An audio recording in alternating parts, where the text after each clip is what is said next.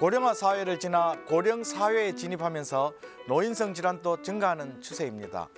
과거에는 단순히 오래 사는 것이 목적이었다면 요즘은 건강한 노후에 대한 관심이 증가하고 있는데요.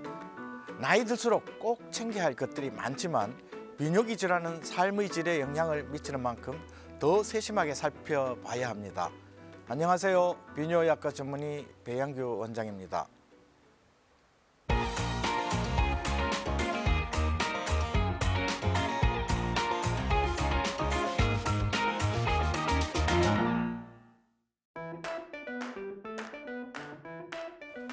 네, 전체 인구에서 65세 이상 인구가 차지하는 비율이 7% 이상인 경우를 고령화 사회, 그리고 14% 이상인 경우를 고령 사회라고 하는데요.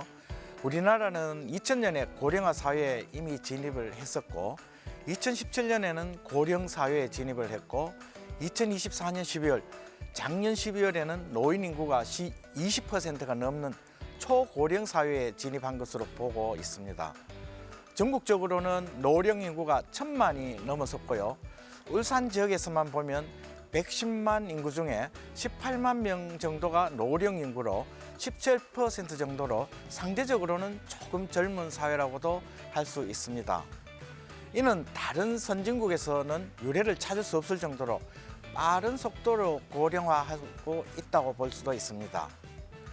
고령화에 따라 질병도 노인성 질환이 많이 증가하고 있는데요. 그중 노인성 배뇨장애 증상들은 다른 질환들에 비해 삶의 질을 더 많이 떨어뜨린다고 보고 있습니다. 기동이 불편한 상태에서 빈뇨나 급박뇨 등은 낙상 등의 사고를 유발하는 또 다른 불편을 일으키는 원인을 제공하기도 합니다. 네, 배뇨가 힘들어지는 빈뇨 증상, 그리고 소변이 많이 급해지는 절박뇨, 그리고 소변을 자주 보게 되는 증상, 특히 야간에 소변이 잦은 야간 빈뇨 등은 거의 모든 증상이 나타난다고 볼 수 있습니다. 원인에 따라 증상도 다양하게 나타나고 있습니다.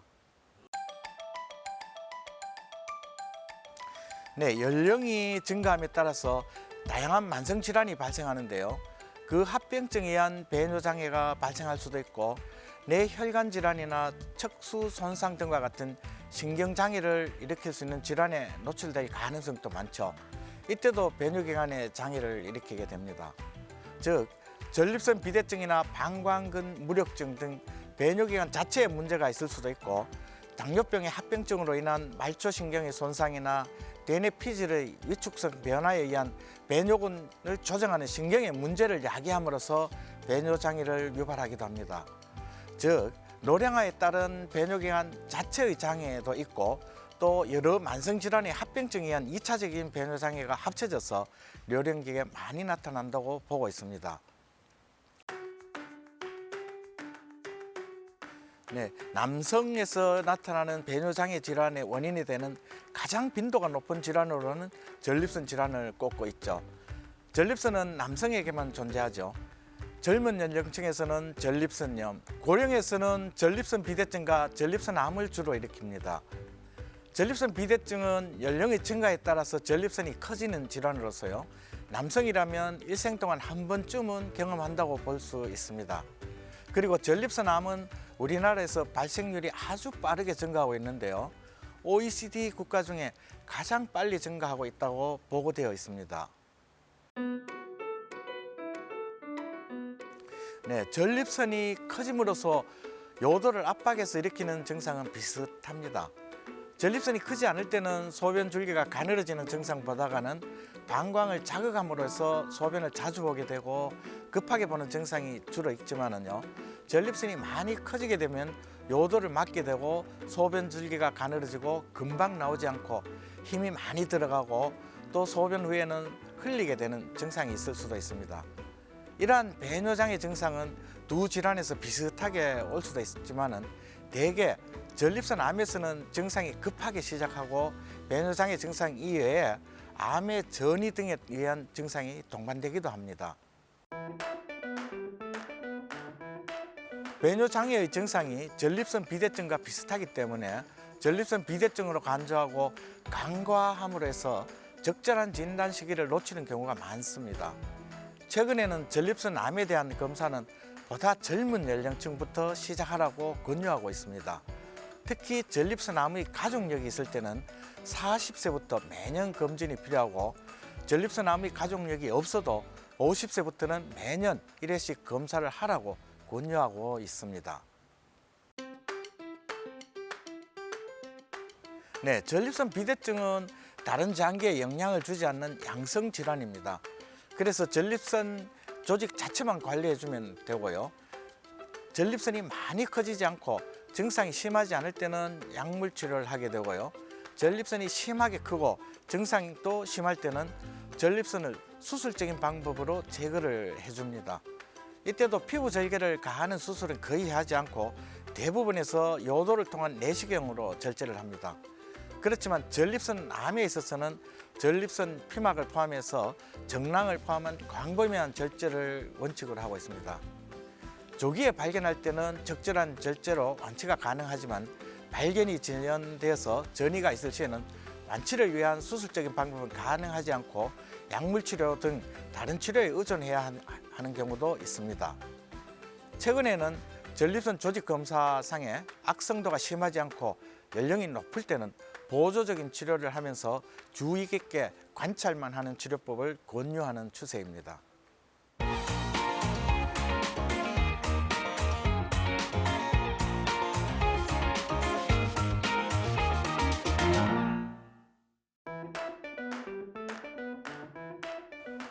네, 남녀에 있어서 배뇨기관에 발생하는 질환이 다르기 때문에 증상이나 치료도 달라집니다.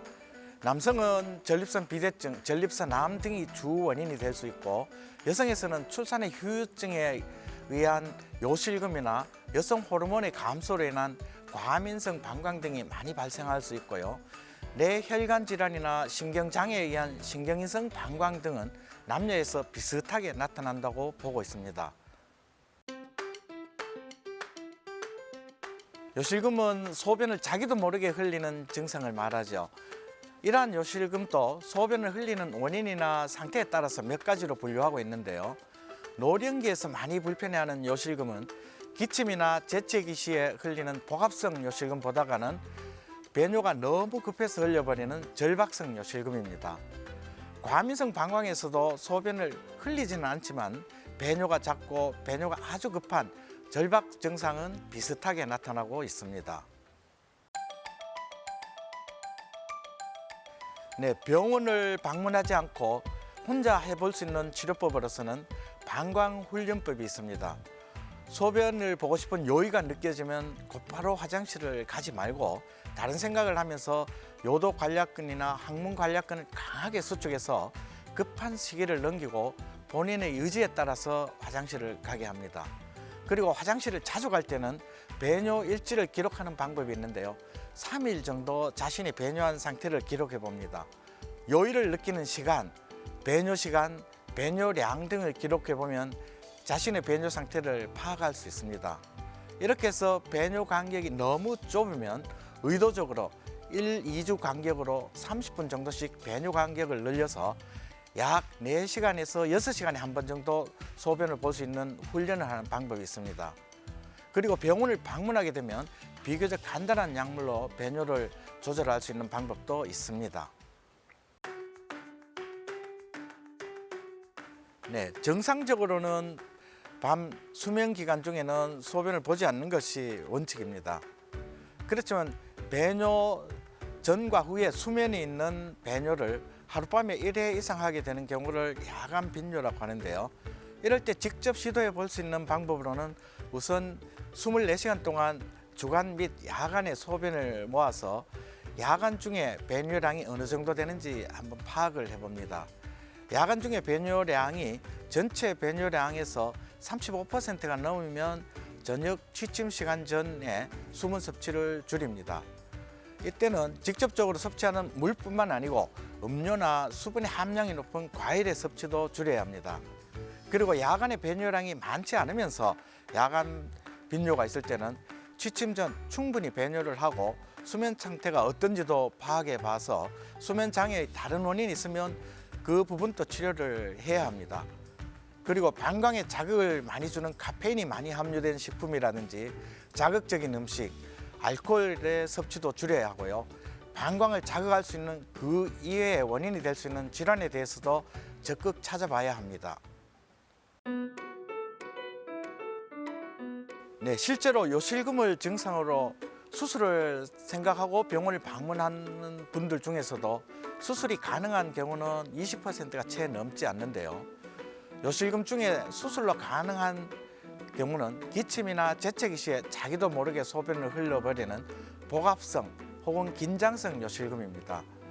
그리고 소변이 너무 급해서 흘려버리는 절박성 요실금은 수술을 해도 효과가 없고, 배뇨가 잘 안 되어 흘리는 일류성 요실금의 경우는 기존의 복압성 요실금 수술법을 이용하면 소변이 더욱 힘들어지는 영구적인 배뇨 장애를 초래하기도 합니다.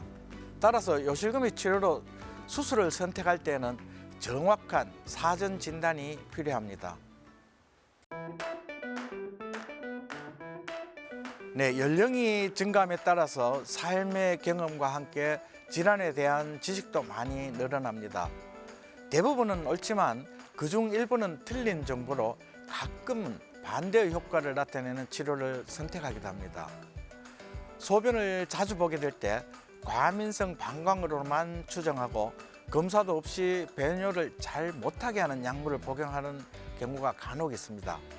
가끔은 배뇨를 못해서 소변이 방광에 너무 정체돼서 소변이 잦은 분들에게 증상이 비슷하다고 같은 약을 투여하는 경우가 있는데요. 이러한 경우는 그러지 않아도 배뇨가 힘든 상태에서 배뇨를 막는 약물을 복용함으로 해서 고통이 더욱 심해지는 결과를 초래하기도 합니다. 노령계에는 증상이 한 가지 원인으로만 나타나는 것이 아니고 복합적으로 질환을 갖고 있는 경우가 많기 때문에 치료를 선택하기 전에는 반드시 진단을 먼저 해보시는 것이 좋을 것으로 생각되어집니다.